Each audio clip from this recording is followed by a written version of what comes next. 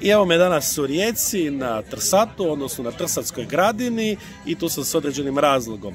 Naime, predstavljam ovaj srebrnjak, Trsatski zmaj, a Trsatski zmaj je tu upravo iza mene, samo šta ne skoči. Dobar dan svima, gledate video kanal Numizmatika.net posvećen numizmatici i faleristici. Možete nas pratiti na YouTubeu, Facebooku, Instagramu, X-u i na TikToku. Isto tako, sav sadržaj prenosi se i na portalu Numizmatika.net, to već znate, tamo ima i drugih sadržaja interesantnih i korisnih, a koji su vezani uz numizmatiku i faleristiku. Ja sam Zlatko Viščević i znate što danas predstavljam. Nije samo unboxing, već vidite iz naslova videa o čemu se radi. Međutim, nisam otvarao paket, nego sam ga ostavio tako kako je. On već čeka neko vrijeme da bude otvoren i baš me zanima kako to izgleda.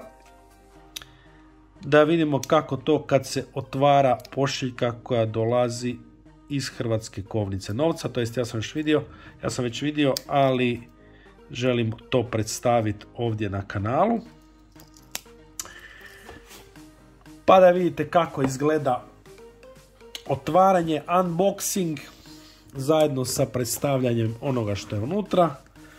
Tu je ovaj moj švicarski vojni nož koji mi koristi za mnoge stvari, a među ostalom i za vrlo učinkovito i elegantno otvaranje paketa, kao što je ovaj koji je došao iz Hrvatske kovnice novca. Paket je stigao vrlo brzo, narudžba je vrlo brzo provedena, pa da vidimo kako to izgleda. Tu je račun za navedenu kovanicu, 11 eura. To je, šta je to? To je PDV, a u biti sama kovanica je plaćena 56 eura. Dostava je 5 eura, dostava je 6 eura, a sama kovanica je 50 eura. Pa da vidimo kako je to zapakirano. Ovim vreći s mjehurićima. I unutra je ono što tražimo. Ovo nam ne treba. Srebrnjak, Trsatski zmaj. Jedno izdanje vezano uz Rijeku.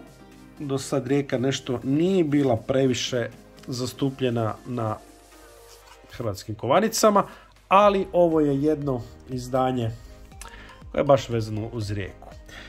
E sad, prije nego što otvorimo kutiju, vidimo da se sama kutija nalazi u ovom interesantnom omotu, za koji mogu odmah reći da je vrlo interesantan, čak se i ova slova odsijavaju, što daje jednu dodatnu draž cijeloj priči. I kad se ovako otvori, ovo je zapravo odaje jedan jako dobar dojam. Ovo je jako ukusno, jako fino i jako elegantno napravljeno, da se jedan komad kartona koji je u biti zaštita za kutiju, da se iskoristi i za neki način prezentaciju onoga što je unutra. E sad, kutija se lagano izvuče van. Radi se o standardnoj plave kutiji Hrvatske kovnice novca, odnosno izdavača. Kutija je plastična, unutra je ova podloga od velura ili od pliša. Kovanica se nalazi u povećoj kapsuli, a tu je i certifikat. Certifikat i na svili otisnuto Hrvatska kovnica novca, Croatian Mint i Hrvatska narodna banka, koja je u biti i službeni izdavatelj ovog novca. Tu je certifikat na hrvatskom jeziku i na engleskom jeziku. I tu je sama kovanica u povećoj kapsuli. Ta kapsula je veća od same kovanice i ima ovaj crni prsten unutar pomoću kojeg je kovanica fiksirana.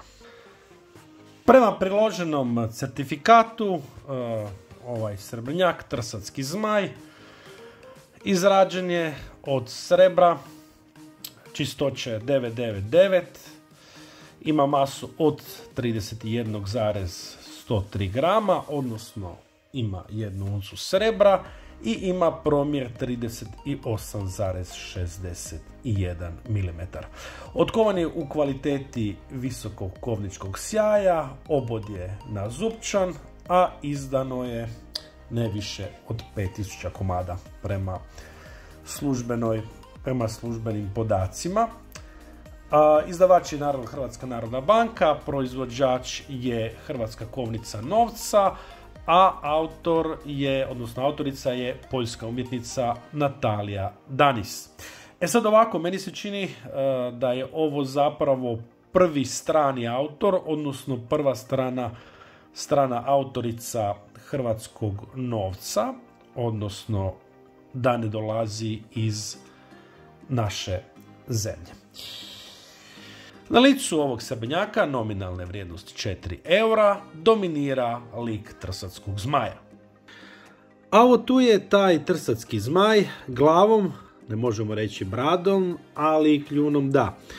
Zapravo se radi o jednom od mitskih baziliska koji su postavljeni ovdje ispred grobnice Mir junaka na Trsatskoj gradini, a njihov autor je Anton Dominik von Fernkorn, isti onaj koji je izradio i kip Bana Jelačića u Zagrebu.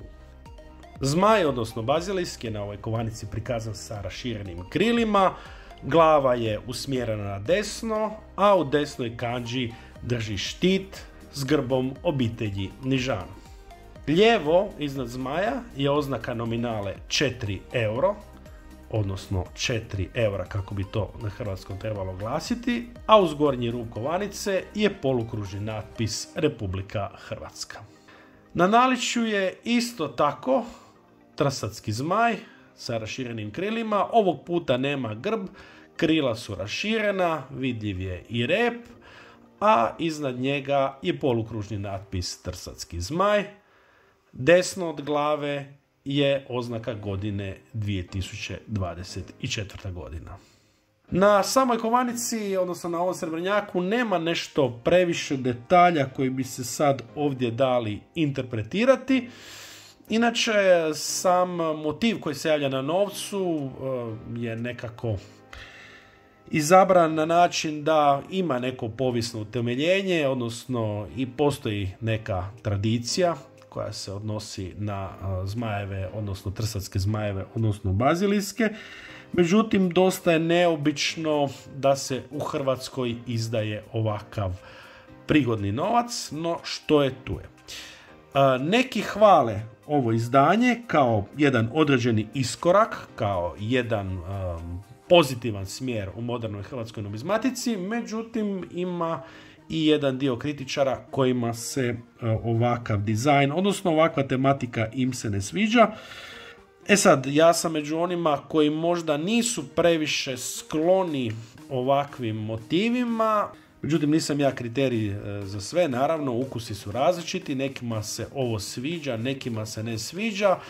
Međutim, u svakom slučaju lijepo je imati novo numizmatičko izdanje i ono što je pozitivno svakako u ovoj priči je da se radi o jednom izdanju vezano uz Rijeku, odnosno vezano uz sam grad Trsat. Ja inače živim nekih 10-15 minuta udaljen od Trsata. Evo ga, i to bi bilo sve za danas u ovom današnjem videu. Zahvaljujem se na vašoj pažnji. Ukoliko imate bilo kakav komentar vezan uz ovaj video ili kanal, slobodno ga ostavite u sekciji za komentare. Video naravno možete podijeliti s onima kome se ovakva tematika numizmatike sviđa. Dakle, rodbina, prijatelji, braća, sestre, rođaci, jetrva, zaova i tako dalje. Evo ga, i to je to sve za danas u ovom videu. Ostanite uz kanal i vidimo se u sljedećem videu. Šaljem vam lijep pozdrav i želim ugodan nastavak dana.